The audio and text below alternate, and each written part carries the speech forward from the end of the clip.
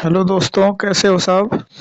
देखिए, प्रकाश का परावर्तन यूपी बोर्ड परीक्षा 2023 कक्षा 10 के लिए हम ये फिजिक्स का स्टार्ट कर रहे हैं। इसमें हम संपूर्ण तैयारी आपको दे देंगे। विस्तृत प्रश्न पहले करवाते हैं, जो भी एग्जाम में आएगा और आने वो आ चुका है, जो आने की संभावना है वो भी हम प्रश्न करवाएंगे यहाँ पर। देखिए, सबसे पहले यही प्रश्न उठता है कि प्रकाश का परावर्तन है क्या। यानी प्रकाश के परावर्तन से तात्पर्य। देखिए, ये जो हम प्रश्न लिखे हैं ये परीक्षा 2022 में पूछ चुका है, और भी इसके अलावा ये परीक्षाओं में पूछे जा रहे हैं। इसके सेक्शन पूछे जाते हैं, इसके नियम पूछे जाते हैं। हम एक ही में करवा देंगे आपको। परावर्तन से जितने भी थ्योरी पूछा जाएगा इसी में सब का सब हम समाहित कर देंगे।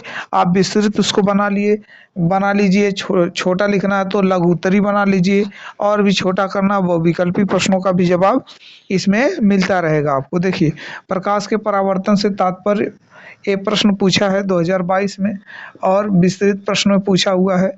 इसके अलावा ये लघुत्तरी और अति लघुत्तरी में भी पूछा है। तो हम इसको डिटेल से चलिए बताते हैं। आप लघुत्तरी बहुविकल्पी सब कर ले जाएंगे इससे संबंधित। ऐसा आपको टेक्निक देखिए बताने चलते हैं हम। अब चलिए भैया, देखिए, जैसे मान लीजिए कि कोई हम चिकना पॉलिशदार तल लेकर आते हैं। यहाँ पर हम देखिए पॉलिश कर देते हैं ताकि प्रकाश नीचे ना जा पाए। और ये बहुत ही चिकना चमकदार है, पॉलिशदार ये है, पॉलिशदार। अब हमने क्या किया कि एक बढ़िया सी लाइट लेकर आए। अरे वही सऊदिया वाली लाइट। देखिए, यहाँ पर हमने इसको ऐसे एक किरण ही दिखाते हैं। निकलता तो बहुत सी किरणें हैं, लेकिन एक किरण मान लीजिए निकाल कर हमने दिखाया। यहाँ पर हमने लड़ा दिया, ऐसे हमने लाइट लेकर आया, ऐसे लड़ाया उस पॉलिशदार वस्तु पर। तो क्या हुआ, लड़ने के बाद ये जो देखिए इधर तो कोई प्रकाश अब आएगा नहीं, क्योंकि पेंट लग गया ही। तो ये जो भी माध्यम होगा उसी माध्यम में परावर्तित होकर वापस चला जाता है। माध्यम इसका चेंज नहीं है। माध्यम इधर आएगा तो माध्यम चेंज हो जाएगा, माध्यम वही है।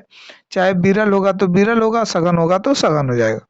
अब क्या हुआ, इस बीच में हम एक नॉर्मल खींच देते हैं, जिसे हिंदी में अभिलंब कहते हैं। 90 डिग्री हो जाता है अभिलंब।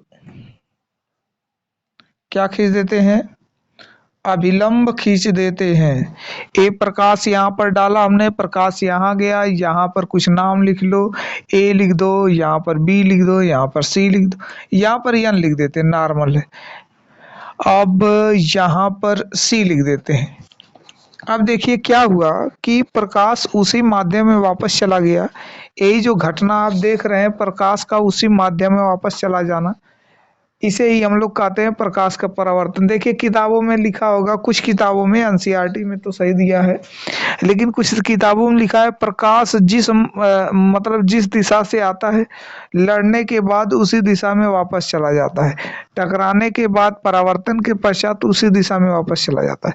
जरा बताना कि अगर इस दिशा में आ रहा तो इसी दिशा में कहाँ वापस जा रहा है।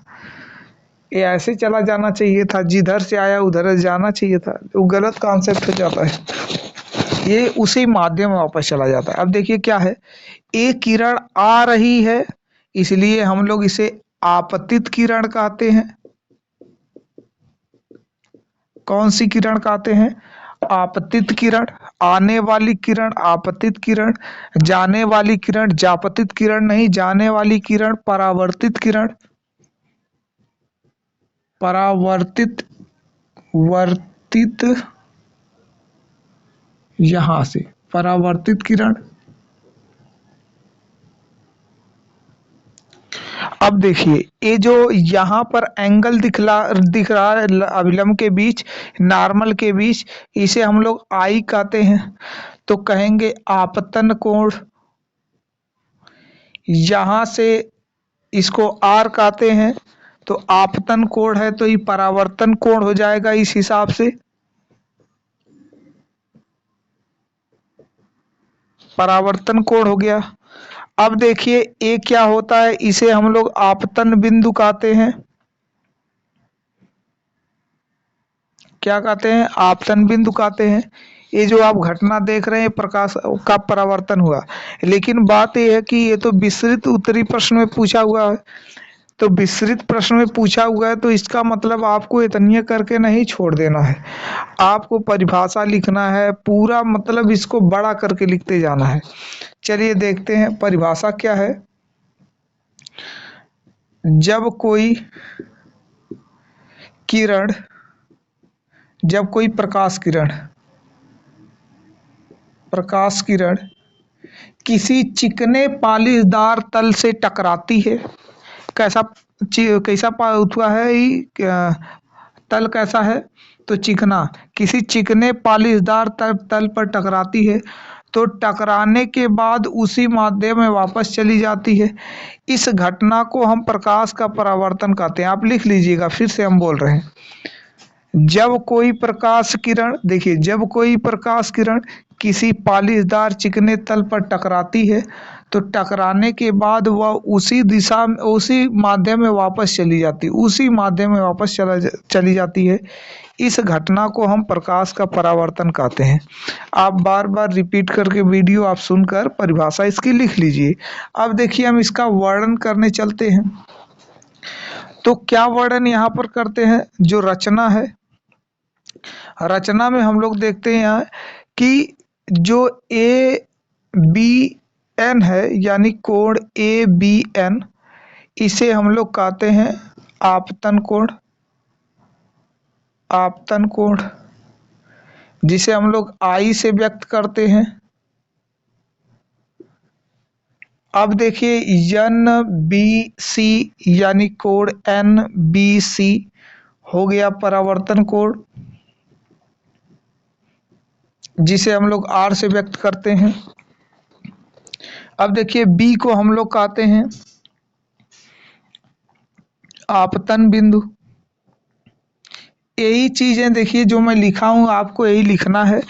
अब बात यह है कि परावर्तन के नियम पूछा जाता है, तो परावर्तन के दो नियम, परावर्तन के दो नियम। देखिए पहली बात तो आई, यहां पर हम लोग कहेंगे एक आपतित किरण, आपतित किरण पहला नियम हम बोल रहे हैं, आपतित किरण कामा अभिलंब, अभिलंब तथा परावर्तन, परावर्तित किरण, परावर्तित किरण, किरण आपतन बिंदु पर, बिंदु पर तीनों एक ही तल में होते हैं, तीनों एक ही तल में होते हैं। देखिए अगर अक्षर दिख नहीं रहा होगा तो हम बोल देते हैं कि परावर्तन के नियम में पहला है आपतित किरण अभिलंब तथा परावर्तित किरण आपतन बिंदु पर तीनों एक ही तल में होते हैं। अगला है कोण आई बराबर कोण आर के, आप हिंदी में लिख सकते हैं आपतन कोण बराबर किसके? परावर्तन कोण के। ये तो हो गया वो नियम, आपको बस इतनी बताना था। ये है पूरी परावर्तन की घटना। देखिए कितने आसानी से आपसे जो भी इसमें पूछेगा आप बता लीजिएगा कि आपतन कोण किसे कहते हैं, तो बताना कि अभिलंब तथा आपतित किरण के बीच का कोण किसके? अभिलंब। देखिए यहाँ पर अभिलंब हमने लिखा है, अभिलंब तथा आपतित किरण के बीच का कोण आपतन कोण कहलाता है। फिर यहाँ पर अभिलंब तथा परावर्तित किरण के बीच का कोण परावर्तन कोण कहलाता है। जिस बिंदु पर आपतित किरणें आकर गिरती हैं उसे हम लोग आपतन बिंदु कहते हैं। पालिशदार इसका तल होना चाहिए। बाकी यहाँ पर कैसे हमने व्यक्त किया वो परावर्तन के दो नियम होते हैं। पहला नियम है आपतित किरण अभिलंब तथा परावर्तित किरण आपतन बिंदु पर तीनों एक ही तल में होते हैं। फिर दूसरा नियम उसका है कोण आई बराबर कोण आर। देखिए यही पूछा था, कितना आसानी से आपको याद हो गया। ज़्यादा दिक्कत लेने न रटने की ज़रूरत है, न ज़्यादा मेहनत करने की ज़रूरत। आप केवल 1 या 2 बार वीडियो ऐसे चला कर देख लीजिए, आपको पूरा परावर्तन याद हो जाएगा। चलिए हम अगली बात करते हैं। कुछ दर्पण से संबंधित पूछा गया था प्रश्न, मिटा देते हैं इसको।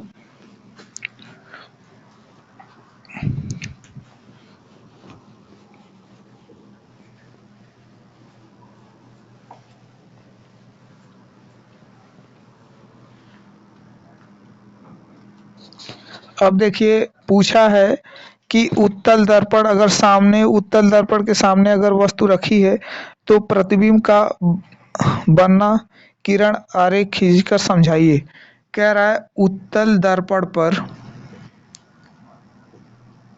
प्रतिबिंब का बनना, प्रतिबिंब का बनना। ये देखिए जो प्रश्न पूछा हुआ है प्रतिबिंब का बनना, ये प्रश्न 2018 में आया हुआ है। इसके विस्तृत उत्तरीय हम प्रश्न बता रहे हैं, विस्तृत का सभी बता रहे हैं, याद रखना। उसमें पूछा गया था, तो हम इसका वर्णन ऐसे करेंगे कि हम लोग बहुविकल्पी भी कर ले जाएं, अति लघुत्तरी भी कर ले जाएं, लघुत्तरी भी कर ले जाएं, और विस्तृत वाला तो हम समझा नहीं जा रहे हैं। अब जैसे किरण आरेख कह रहा है, किरण आरेख खींच कर समझाइए, किरण आरेख खींच कर समझाइए। चलिए देखते हैं भाई। इसके लिए देखिए हम लोग क्या करते हैं, दर्पण को ऐसे बना लेते हैं, पेंट कर दिया। इसको हम लोग यम और यन कर देते हैं। यहाँ पर ध्रुव होता है, एक लाइन यहाँ से पास करते हैं। यहाँ पर कहीं हम सी बना देते हैं, जिसे वक्रता केंद्र कहते हैं हम लोग। यहाँ पर हम लोग वस्तु रख देते हैं इतनी बड़ी, ए है वस्तु, इसे वस्तु ए बी कह देते हैं।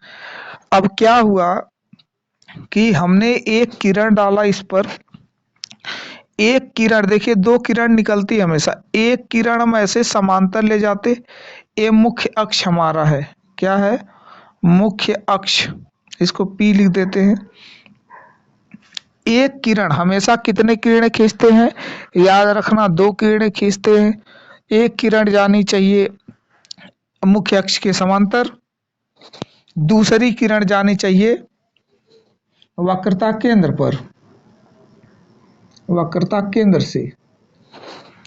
अब देखिए हमने क्या किया, एक मुख्य अक्ष के समांतर अभी क्या घटना घट रही उसको भी देखिएगा।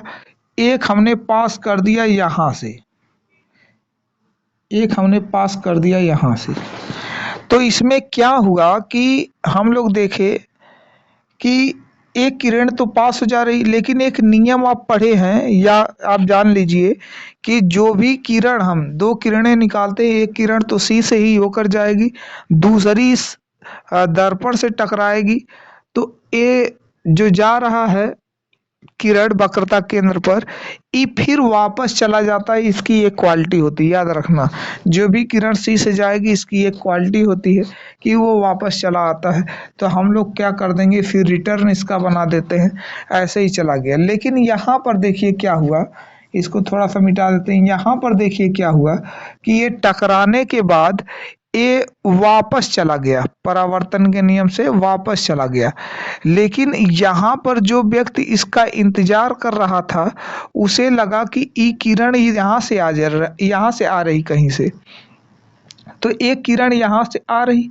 अब क्या हुआ कि यहाँ से जो किरण किरण इस पर आ रही है, वो तो यप पर आई, यप पर, तो यहाँ पर काट दी ना ये, तो जहाँ पर काटती वहाँ पर मान लीजिए हम लिख देते हैं ए डैश बी डैश, लिख देते हैं यहाँ पर।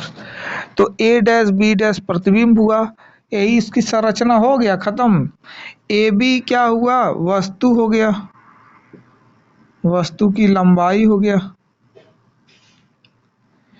ए डैश बी डैश जो हमने यहाँ पर लिखा है छोटा सा, वो हो गया प्रतिबिंब, प्रतिबिंब की लंबाई। एम एन क्या हो गया, द्वारक हो गया, दर्पण द्वारक। और वक्रता केंद्र हमने लिख ही दिया है। ये ध्रुव है, इसको लिख लीजिएगा, ध्रुव है। अच्छा, कैसा प्रतिबिंब बना यहाँ पर देखिए, आभासी बना और सीधा बना। कैसा बना? आभासी और सीधा बना। याद रखना हमेशा, आभासी और सीधा। वस्तु से छोटा बना है, वस्तु से छोटा। तो ये देखिए, जितनी भी संरचना आपको अगर बढ़ा कर लिखना, फिर ए डैश बी डैश इसको दिखाइए, ए जा रहा है, ऐसे भी आप लिख सकते हैं। हमने बी से 2 किरण निकाला, आप लिख सकते हैं, कोई दिक्कत नहीं। इसको जब विस्तृत उत्तरी प्रश्न में आप बढ़ाएंगे तो लिखेंगे, जैसे जैसे हमने किया वैसे वैसे रचना में लिखना है। ए बी हमने वस्तु माना, बी से 2 किरणें निकाली, एक किरण सी से पास हुई जो तुरंत लौट कर वापस चली आती है। एक हमने दर्पण से टकराया जो मुख्य अक्ष के समांतर थी, वो घूम गई, लेकिन उसको जब पीछे बढ़ाए तो यप पर आकर काटा, यप पर आया, तो जहां पर ही किरणें 2 काटी वहां पर हमने प्रतिबिंब बना दिया। पी उसका ध्रुव है, एम दर्पण द्वारक है, आभासी और सीधा बनता, वस्तु से छोटा बनता है। देखिए, इससे ज़्यादा आपको कुछ लिखना भी नहीं है। कितना आसानी से गाइडों में आप अगर देखेंगे, भाषा याद ही नहीं कर पाएंगे। बता रहे हैं कि केवल 1 महीने हम तैयारी करवाएंगे, आप जोर शोर से कर लीजिए तैयारी, परीक्षा में बहुत बढ़िया नंबर लेकर आएंगे, ये हमारी गारंटी है। धन्यवाद।